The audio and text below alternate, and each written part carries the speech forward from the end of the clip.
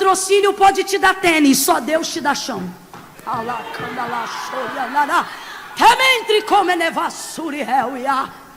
Grifes te dão roupas, só Deus te dá revestimento. Remante robiassúria.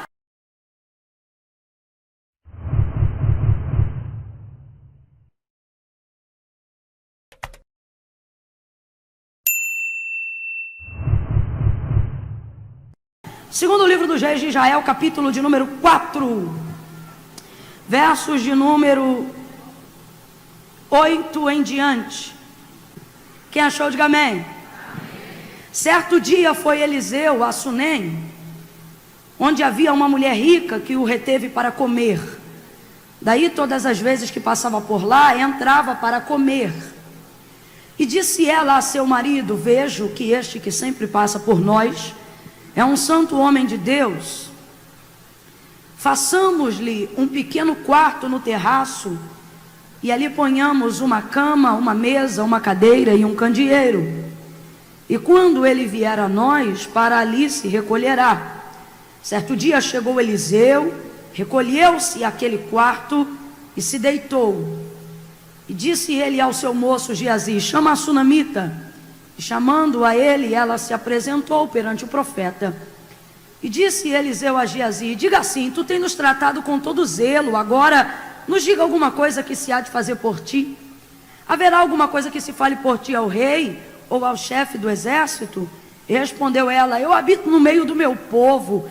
Então disse o profeta: o que se há de fazer por ela? E Geazi lhe disse: ora, ela não tem filho e seu marido já é avançado em dias. Então disse Eliseu: chama. E chamando ele, ela se pôs à porta. E disse Eliseu a ela: por este tempo, daqui a 1 ano, tu abraçarás a um filho.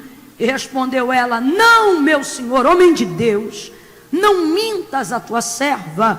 Mas a mulher concebeu e deu à luz a um filho, no tempo determinado no ano seguinte, como Eliseu lhe dissera. Somente até aqui você diz amém. Amém. Amém. Glória a Deus por essa palavra. Glória a Deus. Você vai dizer a quem está ao seu lado: santidade é tudo o que você precisa. Entendeu? O que é tudo que você precisa? Quando eu disser 3, você libera isso para o teu irmão. É 1, é 2, é 3. Diga. Isso, é tudo que você precisa.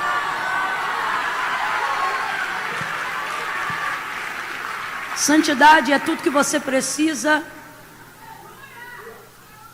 Santidade é o suficiente para você conseguir conquistar aquilo que você almeja.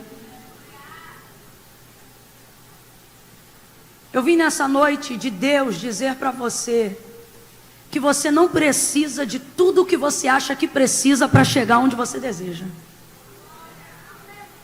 Eu vim dizer para você que está se esgarçando em concursos, está se martirizando em disputas, está perdendo sono, está competindo, se sente no mundo em uma grande disputa e tem a sensação que está sempre atrasado. Parece que alguém estudou mais do que você, ganha mais dinheiro do que você, está mais bem sucedido do que você, é mais famoso do que você, é mais conhecido do que você, é melhor do que você, prega mais do que você, canta melhor do que você, é mais crente do que você, ora mais do que você, dá sempre a sensação de que você está atrasado, e com isso você vai se esgarçando. Porque a verdade é que ao longo de uma vida, quando a gente é jovem, a gente pensa que com 18 anos já vai estar com a vida toda resolvida.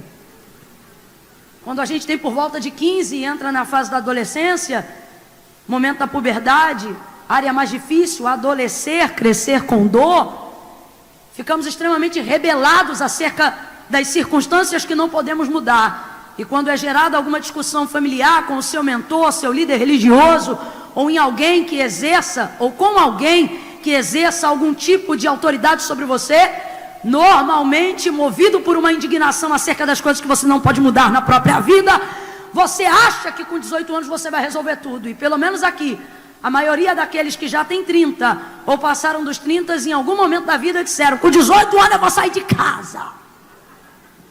E eu não sei o que dá na cabeça da gente, mas a gente pensa que com 18 anos vai ficar rico. Vai dormir pobre com 17 e vai acordar rico com 18. E vai sair de casa, e vai resolver a vida, e vai ter dinheiro, e vai ter alguém para cuidar da casa, e vai ter carro, e vai ter a carteira de habilitação no instalar de dedos, e com 20 já está formado. E a gente não conta no meio do caminho que haverão quedas, haverão falhas, talvez gravidez antes da hora, problemas e situações difíceis. Então, quando chega a hora da gente correr atrás e entender que a vida não se resolve aos 18, mas começa aos 18. A fase adulta, a fase da maioridade, a fase da responsabilidade. A impressão que a gente tem é que todo mundo que a gente conhece e todo mundo que a gente se inspira já está tão lá na frente que não adianta a gente correr tanto, a gente nunca vai alcançar. Então a gente começa a se esgaçar porque a gente não se conforma com o tipo de vida que a gente leva e a tranquilidade já parece um sonho inatingível. Eu sou de um tempo que criança podia brincar na rua. Hoje, com 12 anos, o moleque já tem que falar inglês para poder não ficar fora do mercado de trabalho. Há uma pressão e um ativismo, e ele não é real somente do lado de fora, mas também na área religiosa. Tem que pregar logo, tem que cantar logo, tem que desenvolver ministério, tem que saber qual é a sua chamada.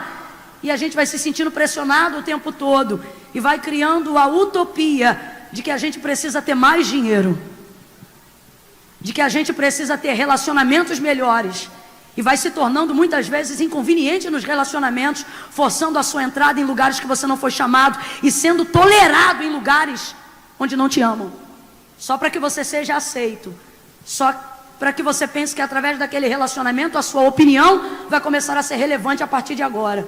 Há outras pessoas que pensam que forçando um relacionamento e estabelecendo conexões com pessoas que elas nem gostam de verdade, mas porque estão num nível de projeção maior, fazem de tudo para ter um lugar à mesa ao seu lado, achando que uma foto, uma curtida, alguns seguidores ou alguma indicação vai mudar radicalmente a história da sua vida. Quando na verdade qualquer relacionamento, qualquer conexão e qualquer pessoa pode ser uma mola, mas jamais nada do que fazem por você te dará estabilidade se você não fizer por si mesmo o que precisa ser feito. Alguém te ajuda, alguém te empurra, alguém fala alguma coisa, mas você precisa ter sustentabilidade. Então os anos vão passando e você começa a entender que a maior riqueza da vida não é ter muito dinheiro, porque toda preocupação é proporcional.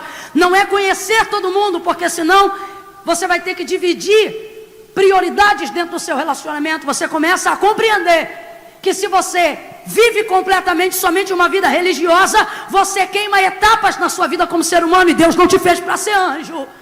Então, depois de um tempo tomando lambada aqui e ali, vendo que ninguém pode fazer de você a pessoa que você quer ser, a não ser você mesmo, você chega à fase que nós chamamos de fase da maturidade. Veja bem, eu disse maturidade, eu não disse maioridade, eu disse, vem gente, eu disse isso, eu não disse maioridade, eu disse maturidade. Por que você não disse maioridade, Camila? Porque tem gente que já passa da terceira idade e ainda não adquiriu maturidade. Há outros que ainda não podem ter a carteira de trabalho assinada, mas já sustentam casas, sustentam famílias, ajudam em departamentos e são ombros fortes ao lado dos seus pastores e das suas famílias. Salomão, ele disse em dado momento: vi nobres andando a pé e servos cavalgando como príncipes. Ele está falando sobre gente que compreendeu que lugar deveria ocupar, e sobre gente que tinha a oportunidade de ocupar o lugar pelo qual nasceu, mas porque lhe faltou maturidade, não conseguiu se achegar até lá. Então, depois de um tempo, você compreende que maturidade, na verdade, é o que todo mundo luta para ter. Por quê? Porque a maturidade te dá uma coisa que você normalmente não tem aos 18, mas tem depois de galgar um pouco, sofrer um pouco, orar um pouco, entender um pouco. O que? Estabilidade. Quando você adquire maturidade, você percebe que o melhor da vida é chegar a um lugar de estabilidade. O que é estabilidade? É estar num lugar confortável, do qual eu sou tão feliz ali, que se eu tiver mais é lucro, mas tenho uma tranquilidade de não perder aonde eu já cheguei, porque construí uma base tão forte que sei aonde estou, sei para onde vou, sei de onde vim e sei que não voltarei de onde estive um dia. Qual é o nome disso? Estabilidade. Vamos lá, qual é o nome disso? Qual é o nome disso? E então você começa a compreender, e eu estou tentando utilizar a linguagem mais jovial que eu posso, para você entender. Você vai aprender então que estabilidade não é o militarismo que te dá, não são as multinacionais que te dão. Eu sempre fui uma pessoa antenada na nação, no governo e um pouco na economia e na política, independente da minha idade. E eu me lembro que quando eu tinha 16 anos diziam: a área militar é a área mais propensa, é a área mais estável, é a área mais segura. E eu me lembro que eu deitei um dia, acordei e falei: eu preciso seguir carreira militar. Mas eu não tinha cursinho e nem estudava. Então eu fui lá, fiz a inscrição para a aeronáutica, que era a qual eu mais me identificava, gostava e etc. E fui para poder fazer a prova. Mas você não decide entrar na carreira militar e faz a prova sem estudar do dia para a noite. Fui reprovado. Mas eu cansei de ouvir as pessoas dizendo: é a carreira militar, é a carreira militar. Meus amigos cursavam carreira militar e eu conheço gente que até hoje faz de tudo para ser marinheiro. E isso tudo é muito nobre e é maravilhoso. E nunca antes na história do nosso país a gente teve um governo que valorizou tanto o militarismo. A gente corre atrás. E eu me lembro que na época dizia: é o militarismo, é o militarismo. Pois o militarismo passou um limbo, onde teve que fornecer um nível de expulsão compulsória, porque não tinha condições nem mesmo, em dado momento de crise do nosso governo, de pagar o salário dos seus combatentes. Depois eu ouvi dizer: faça concurso, porque vida pública é a vida mais estável que tem. E eu trabalhei numa das maiores, se não a maior, durante 15 anos, multinacional, que esse país já teve. O maior PIB que esse país já teve passava por essa empresa. E eu entrei nesta empresa. E quando eu entrei nesta empresa, trabalhando terceirizado, eu vi a gente esfregando o crachá na nossa cara, porque a gente era terceirizado. E eu trabalhava na 15ª, na empresa que tinha o 15º até hoje ranking de maior área na tecnologia da informação, de TI, engenharia de tecnologia da informação. E a gente mandava ver no mercado.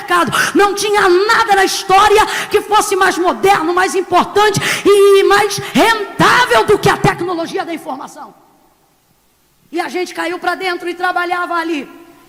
Essa empresa hoje não está nem no segundo lugar para poder desenvolver o PIB do país. Ela que tinha força e estava era a primeira da maior multinacional privada do país, passou por pela maior exposição pública da empresa desde os dias em que foi criada. Uma das outras empresas que pareava ao lado era totalmente do governo, se tornou praticamente privativa, mas não na mão de brasileiros, na mão de chilenos. Ali também achavam: quem trabalha ali está rentável a vida toda, está sustentável a vida toda. Privatizou, mandaram todos os funcionários brasileiros embora. Colocaram os seus outros, dividiu, rachou. Eu vi gente perder, tragédias aconteceram, mexeram no patrimônio da empresa. Eu ouvi dizer: faça concurso para a polícia, faça concurso para isso, para aquilo. Lá no Rio de Janeiro, na cidade onde eu moro, gente que estudou muito para ocupar lugares públicos, lugares na área pública, ficou 4 meses sem receber, e quando recebeu parcelado. Escola de gente que estava na escola particular não pode pagar. Gente teve que trancar matrícula na faculdade, porque o mundo diz: isso aqui é estável. O mundo diz: isso aqui dá dinheiro. O mundo diz: a onda agora é essa. Quando decidi viver para o ministério, não tinha a menor ideia que poderia viver do ministério. E graças a Deus por isso, porque senão o resultado corromperia o meu propósito. Mas uma coisa eu aprendi. Aprendi que patrocínio, aprendi que ter um nível de projeção, aprendi que ter apoio das pessoas e algumas portas de oportunidades abertas podem te dar projeção, mas estabilidade só Deus te dá. Só Deus te dá. Manutenção só Deus te dá. Patrocínio pode te dar tênis, só Deus te dá chão.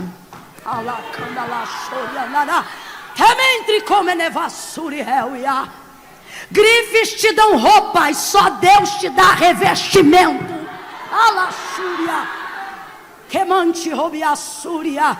Patrocínio te dá carro, só Deus te dá direção.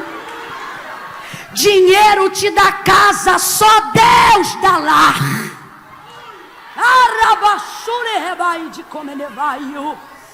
Oportunidades te dão púlpito, só Deus te dá unção. Olha para quem está do teu lado e diga para esta pessoa: estabilidade. Está fraco, diga: estabilidade. Quem dá é Deus. Camila, o que você está dizendo? Por que você está dizendo isso? Porque eu tenho vivido dias aonde percebo a minha geração vivendo a síndrome do pensamento acelerado, se tratando com medicamento tarja preta para poder tratar de doenças psicossomáticas, para poder se tratar do pensamento acelerado, do ativismo religioso, do ativismo social. Mas Deus te trouxe hoje aqui para te dizer: se você entendesse quando eu te digo, não cuideis de andar ansiosos por coisa alguma, não cuideis de andar de um lado para o outro dizendo o que comeremos e o que viveremos. Deus está dinheiro, posso te dar dinheiro, mas posso te dar felicidade. Sabe o que é que ele está dizendo? Nem todo mundo que tem felicidade tem dinheiro, e nem todo mundo que tem dinheiro tem felicidade. Deus está dizendo: o que você prefere, dinheiro ou felicidade? Porque se você buscar primeiro o reino dos céus, talvez você tenha os dois. Então entenda isto nesta noite. Entenda isto nesta noite.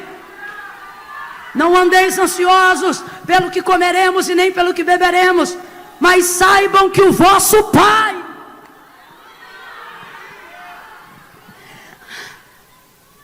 Ah, Camila, eu não tenho pai. Ah, Camila, eu não tenho mãe. Vai ficar se vitimizando ou vai fazer a aliança da paternidade que Deus te deu? Ou vai aceitar ser filho por adoção em Cristo Jesus?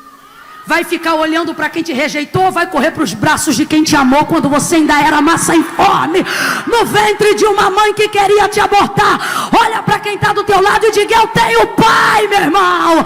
Eu não sou indigente. Eu não sou indigente. Eu tenho pai, garota.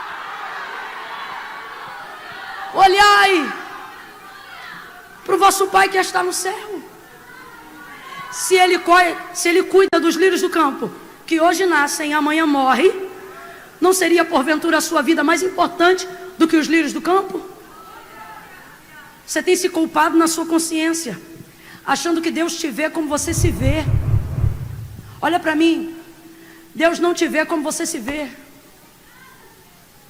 Quais são os pensamentos que Deus tem a seu respeito? O profeta Isaías disse: eu sei que pensamentos tenho de vós, diz o Senhor, pensamentos de paz e não de mal. Para quê? Para atropelar os seus sonhos? Mentira do diabo. Ele diz: para te dar o fim que você deseja. Você diz assim: Senhor, eu sei quem eu sou, mas não consigo chegar onde eu quero. Aí o Senhor se apresenta para você para te dizer: sei quem você é, sei onde você quer chegar. Aí você diz: eu não consigo. Aí ele diz: por isso eu me apresentei, eu sou a ponte que te leva lá. Sou seu pai. Ele diz: qual pai dentre vós, pedindo o filho o pão, lhe dá uma pedra? Qual pai dentre vós, pedindo o filho o peixe, lhe entrega uma serpente? Se vós, sendo maus, sabeis dar coisas boas aos vossos filhos, que fará o vosso Pai que está no céu? Camila, o que você está tentando nos dizer? Estou tentando dizer que o mundo vai dizer para você que ter sucesso é ter ação na bolsa, que ter sucesso é ter dinheiro e carro trocando todo ano. O mundo vai dizer para você que ter sucesso é ter piso de porcelanato. O mundo vai dizer para você que ter sucesso é andar com roupa de marca direto. O mundo vai dizer para você que ter sucesso é ter o aplauso da galera. O mundo vai dizer para você que ter sucesso é ter as melhores fotos e uma multidão de seguidores. Eu não estou dizendo que isso não é resultado de algum sucesso. Eu só estou dizendo que essa base é fraca demais. Ela pode te dar sucesso hoje, mas não vai te trazer sustentabilidade amanhã. Mas Deus nos trouxe aqui para dizer: eu não te projeto em cima sem te sustentar embaixo. Eu não te elevo a um lugar do qual eu não possa te sustentar. Camila, então o que eu faço para ter uma vida assim? Seja santo. Porque é santidade que vai gerar estabilidade. O tema da conferência que usamos nas nossas camisas tem como ênfase transformação. Não há transformação mais exagerada, Não há transformação mais severa, não há transformação mais linda, não há transformação mais brutal, avassaladora, intempestuosa do que a transformação de alguém que foi santificado.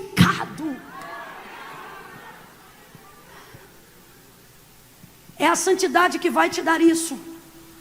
É a santidade que vai te estabelecer. Eu não estou dizendo seja santo para ter estabilidade, mas estou dizendo que se você for santo, por amar ao Senhor e por desejar a sua presença, Deus vai garantir que você só pisará e só te levará em lugares dos quais você possa ser sustentado. Lembra quando Deus prometeu a Sara, Isaac? Quem lembra, diga amém. 25 anos mais tarde, Deus cumpriu. Então Sara gerou e agora Isaac está sendo desmamado, Gênesis 21. Aí o texto diz que Sara anda pela casa no dia da festa dizendo: Abraão, quem diria que Sara, tua mulher, daria à luz um filho? Ela está chocada porque eu estou falando de uma senhora de cabelos totalmente grisalhos, encurvadinha. Abraão, quem diria que Sara, tua mulher, te daria um filho? Aí o texto diz assim, e disse mais: quem diria, Abraão, que Sara amamentaria este filho? O leite foi uma maneira de Deus manter aquilo que já havia dado para Sara. Só que quando disse que lhe daria o filho, não disse que ela daria leite. E ela se surpreende com o fato de amamentar. Talvez você pense: ora Camila, quem engravida vai ter leite. Nem sempre. Muitas pessoas às vezes engravidam, mas não tem leite. Não tem condições de manter pessoalmente aquilo que foi gerado. Problema nenhum, na minha época tinha a mãe de leite. Você levava para mamar em outra pessoa. Hoje a tecnologia desenvolveu leites dos quais podem passar nutrientes para a criança. Mas naquela época não era assim, ainda mais Sara. Então ela está maravilhada, porque o Deus que deu Isaac também lhe deu leite. Você está compreendendo o que Deus está falando? Quando Deus disse para Abraão que lhe daria Canaã, disse para Abraão que lhe daria uma terra que mana leite e mel. Por que disse leite e mel se também tinha uva? Por que disse leite e mel se também tinham todas as hortaliças? Era uma maneira de Deus dizer que ia colocar eles numa terra fértil e uma terra que teria manutenção, uma terra que teria estabilidade. Do que uma criança precisa, meus irmãos, até os 6 meses de idade, e pode ser até sustentada só com leite até 1 ano de idade, somente de leite. Eu estou dizendo que é o ideal? Não, depois de 6 meses você dá um legume, você dá uma carne, você dá qualquer coisa, mas com 6 meses a criança não precisa de absolutamente nada, somente de...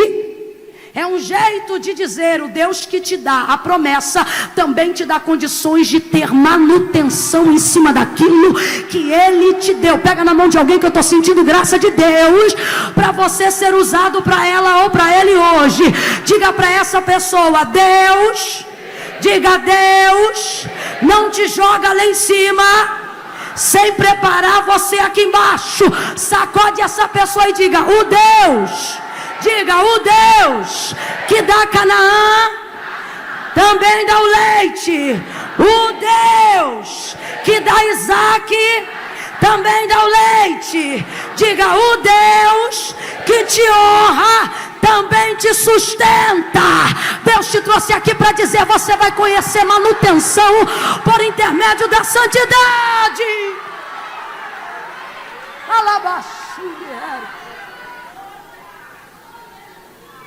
Remai de canto rebaraçúria. Daniel viveu, a grosso modo, minimamente de 3 a 4 reinados. Porque no tempo que Nabucodonosor pastou no campo, foi rapidamente assessorado e depois substituído. Então, de 3 a 4 reinados. Reis entraram e saíram.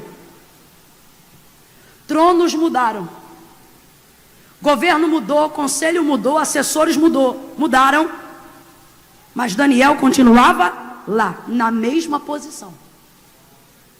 No mesmo governo, exercendo a mesma autoridade. Daniel não tinha linhagem real no sangue. Daniel não tinha conchavo, nem patrocínio com ninguém dentro do palácio.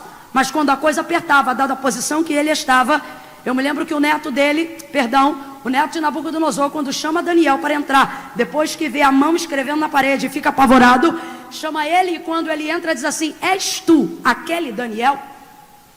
Está lá no texto: és tu aquele Daniel? O que o texto está dizendo é: és tu o mesmo? Tens tu o mesmo poder, a mesma graça, a mesma visão? a mesma autoridade, o mesmo governo, o mesmo discernimento. E Daniel traz a tradução, porque Daniel era exatamente o mesmo. E o que foi que fez Daniel manter o padrão de autoridade e de hierarquia que ele tinha no palácio, mesmo sendo judeu, vivendo em meio a caldeus, mesmo sendo escravo, vivendo em meio a príncipes, mesmo vivendo num nível de cárcere privado? O que foi que manteve Daniel lá? O texto é claro logo no início de como ele estabeleceu a maneira que ele ia viver. Ele não se contaminava. Então presta atenção, porque quando eu vim aqui nesta noite falar de santidade, eu não vim falar de saia, de calça, de brinco ou de roupa. Eu vim falar sobre separação, eu vim falar sobre consagração, eu vim falar sobre entender o que é ser separado.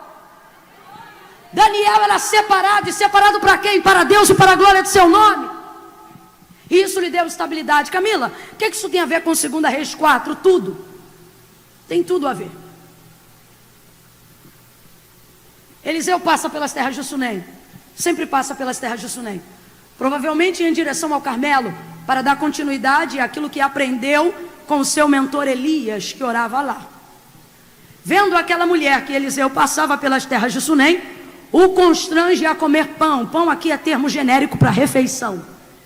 O constrange a fazer uma refeição dentro de sua casa. Ela quer saciá-lo de alguma maneira. Ela é rica, generosa, hospitaleira, é uma mulher do seu povo.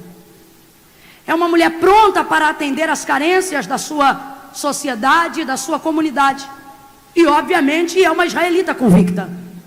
A mulher vai passando, Eliseu vai passando pelas terras de Sunem, e ela o constrange, e ele entra. Depois de certa insistência, porque quando você se consagra muito, normalmente você suspeita de algumas coisas. Então, ela o constrange e ele entra. Aí o texto diz que depois que ele entra a primeira vez, começa a, sempre que passar por Sunem, entrar dentro da casa dela e fazer uma refeição. Essa mulher, ela é muito hospitaleira. Eu quero deixar claro aqui o que a gente leu no verso de número 9. O texto é claro. O texto diz que a mulher era rica. A mulher era... Vem, gente, a mulher era rica. E você precisa entender que, sendo rica como era e hospitaleira como era, obviamente ela tinha outros quartos na casa dela, outros cômodos que poderiam hospedar Eliseu na casa dela. Mas a grande questão aqui do texto é ela construir um quarto para Eliseu, e a gente vai entender agora o porquê.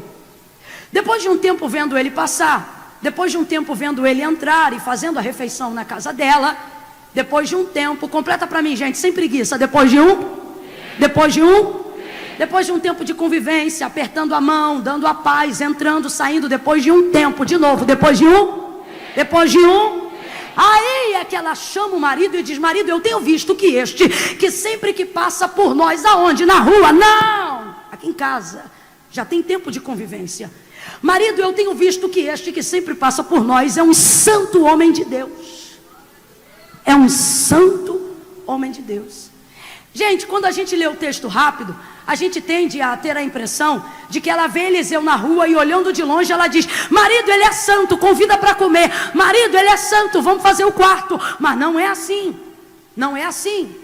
Então ela não vê que ele é santo de longe, ela só atesta que ele é santo depois de um tempo de convivência. Vamos lá. Ela não vê que ele é santo de longe, ela só atesta que ele é santo depois de um tempo de... Porque é assim, meus irmãos. Santidade não se atesta de longe. Então para de rotular as pessoas que você não conhece. Não se verifica quem é e quem não é olhando de longe. Ah, Camila, mas quem é de longe a gente até conhece, mas você pode falhar. Porque sentimentos e emoções fazem a gente ter o aferidor do juízo errado. De longe ela não diz que ele é santo, é depois de um tempo de convivência. De longe ela admira, de longe ela suspeita, mas é só de perto que ela tem certeza. Primeira lição: não rotule de longe, porque santidade não se atesta de longe. Tem gente que a gente admira de longe, gente. Eu tenho dito isso para algumas pessoas, tenho dito isso em alguns lugares. Tem gente que a gente admira de longe. Para continuar admirando, Deus tem que manter longe. Porque se trouxer para perto, não tem santidade que fará admiração. Não sobra nada. Agora há outros que não, há outros que de longe a gente acha e de perto a gente tem certeza. Levante a mão porque eu tenho profetizado e vou profetizar aqui. Toda suspeita cairá por terra. Deus vai te dar tempo de convivência. E gente que olhou de longe e pensou que você não era, vai te ver de perto e vai ter que testemunhar. É melhor do que eu imaginava. É melhor do que eu imaginava. Levanta a tua mão porque eu estou profetizando. Suspeitas cairão a teu respeito. Mentiras cairão a teu respeito. E quem quer falar mal de você na sua ausência vai ter temor do Senhor, porque vai saber que você é um jovem santo.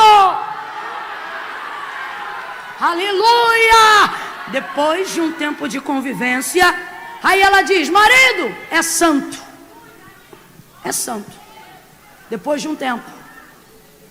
Meu irmão, santidade não começa na segunda e termina na sexta. Tem que ter tempo de convivência. Tem que insistir no propósito. Tem que dar continuidade na devoção. Aí veja, ele é profeta. Todo mundo sabe que Eliseu é profeta. Mas ela não se relaciona com o dom de Eliseu em momento nenhum. Ela não quer se relacionar com o dom. A gente vai perceber, inclusive, e não precisa ser nenhum Augusto Cury para perceber isso no texto, que ela não quer se relacionar com o dom porque ela tem trauma com o dom. Tanto é que quando Eliseu libera a palavra de vitória, de transformação na vida dela, que é a palavra que mudaria a sua condição de vida, porque ele vira para ela e diz: neste tempo determinado tu conceberás e darás à luz a um filho. Qual mulher na condição dela não desejaria ser mãe? Vivendo o tempo que ela vive, na cultura que ela vive. Só que de vez de dar glória a Deus, ela diz: não, meu Senhor, homem de Deus, não mintas a tua serva. Aí eu te pergunto, pode um homem de Deus mentir? Mas pode um mentiroso se passar por homem de Deus? Ela é uma mulher que recebe muita gente em casa. Ela é hospitaleira, vou falar aqui rasgado. Essa mulher já ouviu gente bater palminha e dizer: conta 30 dias. E ela contou 30, contou 31 e não aconteceu. Essa mulher não aguentava mais ver gente entregando profecia porque tomou café da manhã. Essa mulher não aguentava mais ver gente achando que tinha que profetizar só porque ganhou uma bolsa nova, só porque dormiu num quarto bonito. Essa gente que faz isso movido pelo que ganha não é profeta, é mendigo. Não é povo, é cambada. É gente que se passa por mulher de Deus, por homem de Deus, vê a neurolinguística. Outros são totalmente esquizofrênicos, acham que Deus está falando quando Deus não disse nada. E vai traumatizando gente que está aí de portas abertas para abençoar o povo de Deus e para fazer a vontade de Deus. Aí depois a gente chega em lugares e o trauma está lá. Aí quando a gente profetiza, entende por que tal pessoa não quer mais se relacionar com o dom. Na candeleiros. Agora Eliseu tem uma característica que todo santo e santa mulher de Deus precisa ter. Qual, Camila? Ele não é quem ele é por causa do que ele faz. Ele faz o que ele faz por causa de quem ele é. Camila, e tem diferença? Tem diferença. Tem diferença. Tem diferença, porque se eu sou santo, faço o que faço em santidade. Mas se sou profano, se sou imoral, se sou corrupto, faço o que faço a despeito de quem eu sou. E aí corrompo aquilo que faço. A mulher não se relaciona com o dom porque está traumatizada. Quanta gente aqui, quando entrou na atmosfera profética, quis nadar de braçada. Deus, eu quero teus mistérios. Deus, eu quero a tua revelação. Deus, eu quero viver o teu reino. Deus, eu quero a tua vontade. Deus, me usa para curar. Deus, me usa para o sobrenatural. Mas viveu e ouviu tanta palhaçada que antigamente, quando alguém vinha marchando, o coração já tremia e dizia: eita, que é para mim, Jesus, manda aqui, manda aqui, manda aqui. Porque no começo a gente é assim. Mas dependendo do que ouve na caminhada, quando ouve o barulho da marcha, já fecha o coração e diz: não vem aqui não, hein? Só que Deus está dizendo: eu vou levantar uma geração que vai curar essa gente traumatizada, e essa gente vai voltar a se relacionar com os dons. Levante a sua mão. Deus vai te usar para curar o trauma de gente que foi traída, abandonada, gente que ouviu falsa profecia, e através da sua vida outra vez saberão que ainda há profeta em Israel. Então veja, por isso ela não se relaciona com o dom, ela só se relaciona com ele na qualidade de homem. Ela não diz: marido, vamos fazer um quarto porque ele é profeta, tem cara de profeta, jeito de profeta, capa de profeta, bordão de profeta, cajado de profeta. Mas ela não se relaciona com o profeta. Ela diz: marido, vamos construir um quarto porque ele é profeta? Não, porque ele é santo. Porque ele é santo, marido. Porque ele é santo. Porque Eliseu foi um homem santo, ganhou um quarto.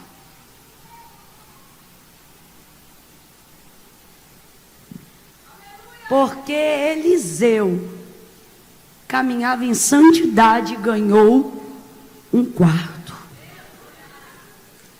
uma suíte, na parte mais alta da casa.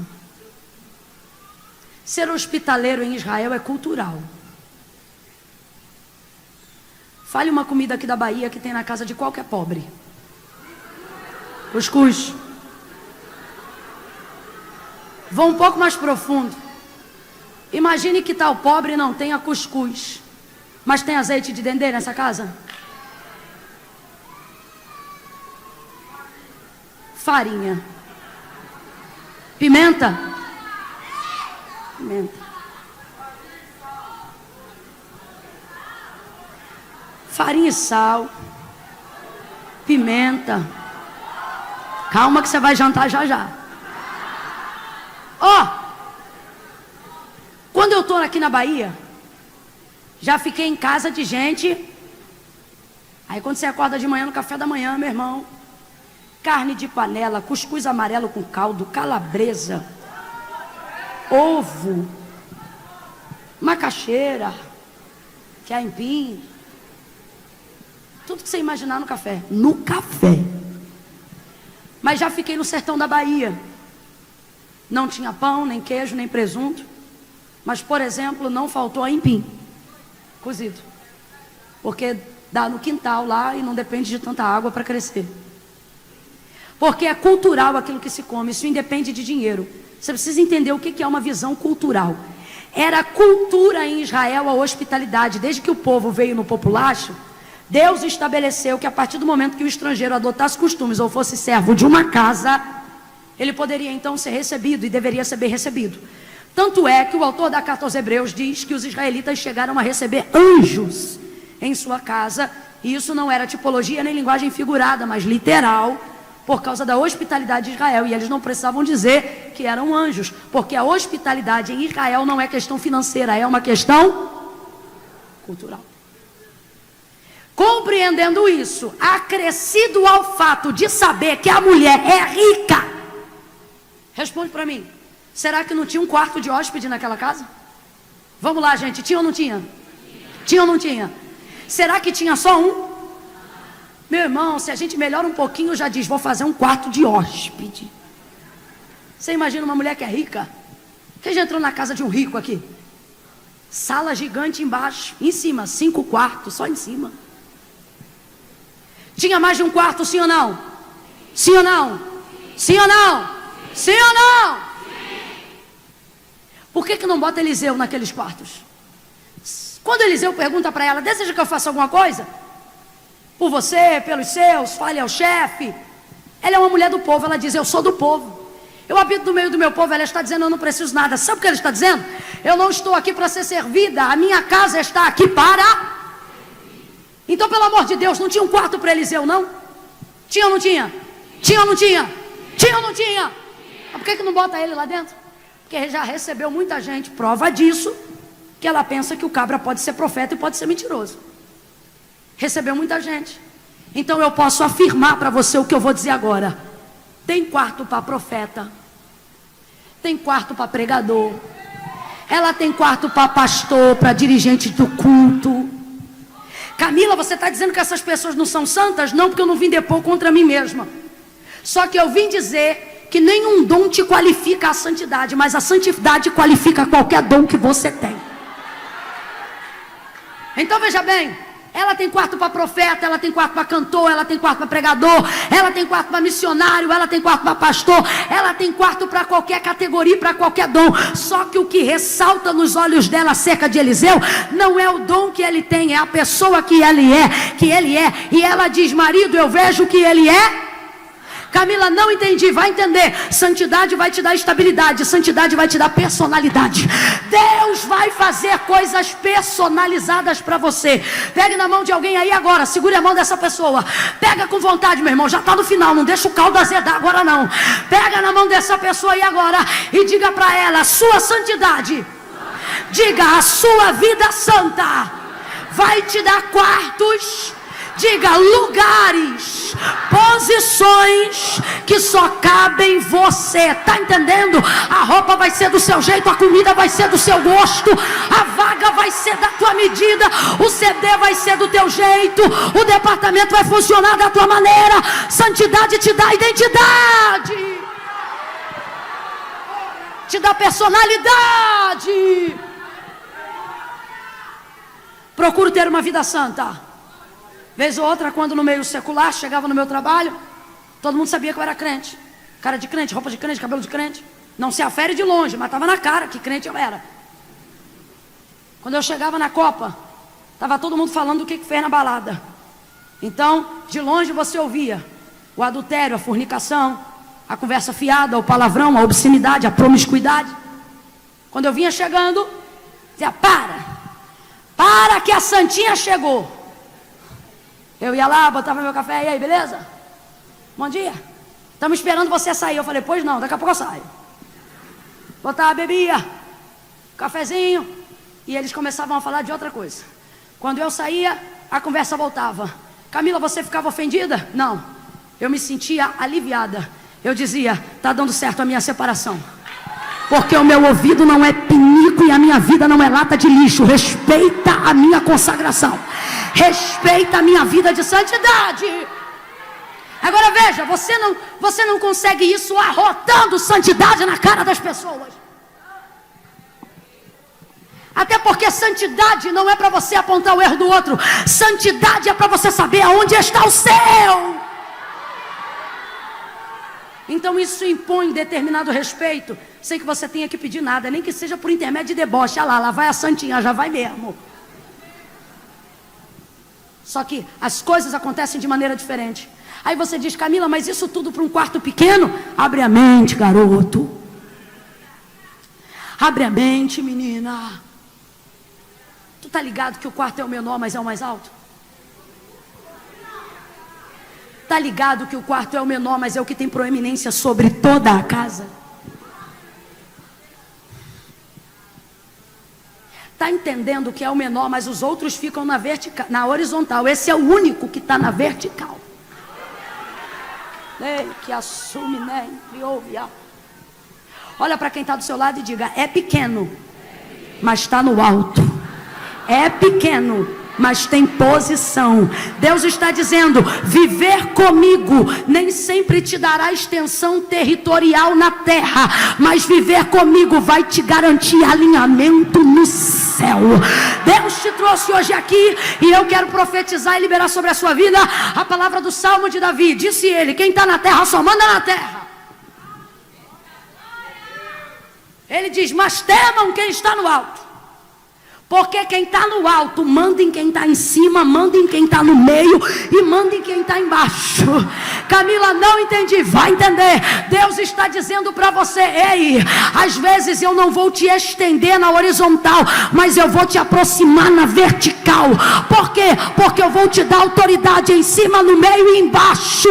Então para de ficar olhando só para o lugar. Para de olhar só para o espaço e começa a olhar para a identidade que Deus te deu, para a posição que Deus te colocou. Eu acho mal barato, gente. Os reis de Israel, com seus carros, cavalos, exércitos, tem toda a autonomia para poder fazer a guerra e cessar a guerra. Mas como eles sabem que é Deus que determina quem ganha e quem perde, para carro, para ferro, para cavalo, para general, para cavaleiro, para todo mundo. E sempre diziam: chame um profeta. Parava tudo. O profeta não tinha o carro. Samuel, santo homem de Deus, não tinha o cavalo. Nem manejavam a lança. Mas ninguém fazia nada sem consultar esses camaradas. Deus está dizendo para alguém hoje aqui: pare de reclamar se eu não tenho te dado extensão territorial. Comece a agradecer, porque eu tenho te dado estabilidade no alto. Eu tenho te sustentado em lugares altos. Quando esta mulher recebe outras pessoas, sabe quem dorme no quarto de Eliseu? Ninguém, porque o quarto de Eliseu é só para...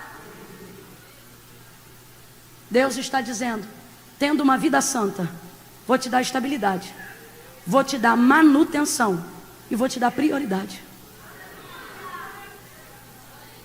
Quem deseja isso, fique de pé num salto de glória. Aleluia.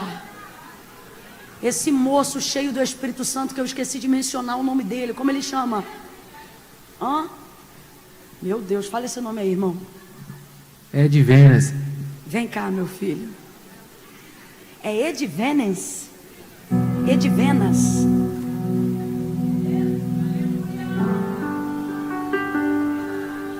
Gente, dinheiro na mão, vem hoje, vai amanhã. Cadeira hoje você tem, amanhã outro está no lugar. Governo muda a posição, política muda governo.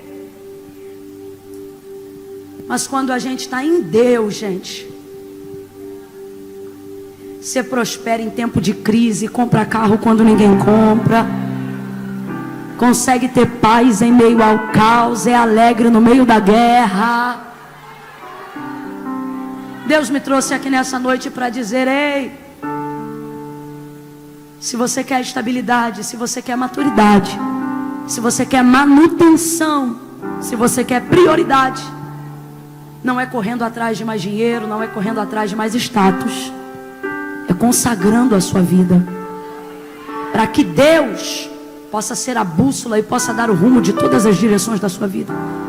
Deus não depende da economia, Deus não depende da república. Deus é Senhor, e quem está em cima manda quem está no alto, manda em quem está no meio e governa sobre todos que estão embaixo. Quem ainda está comigo, diga amém. Eu quero orar por todos vocês agora. Todos vocês. Você não vai botar a mão no coração e nem na cabeça. Você vai ficar como quem na posição de rendido. Vez ou outra, quando eu passo no aeroporto, no detector de metais para ir para a sala de embarque, aquele trem começa a apitar. Aí o camarada chega e diz assim: olha, é uma inspeção aleatória.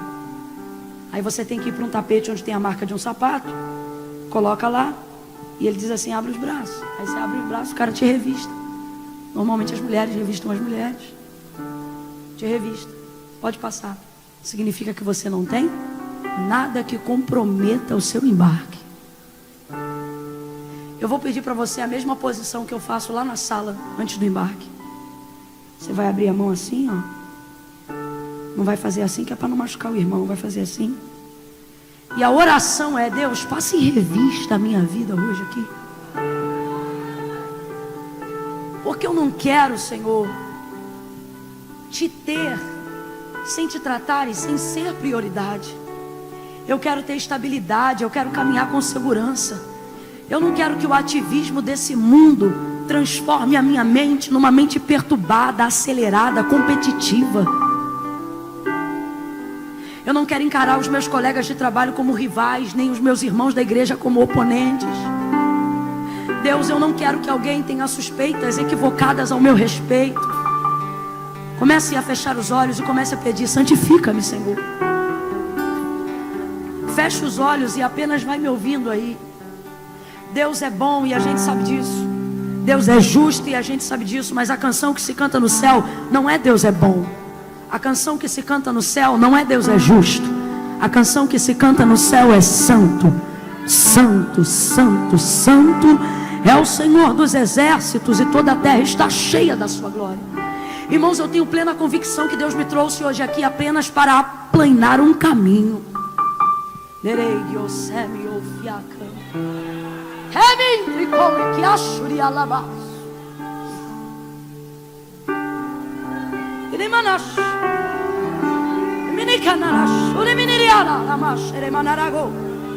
Se você não consegue falar a oração que precisa fazer em português, ore em línguas, isso vai te ajudar.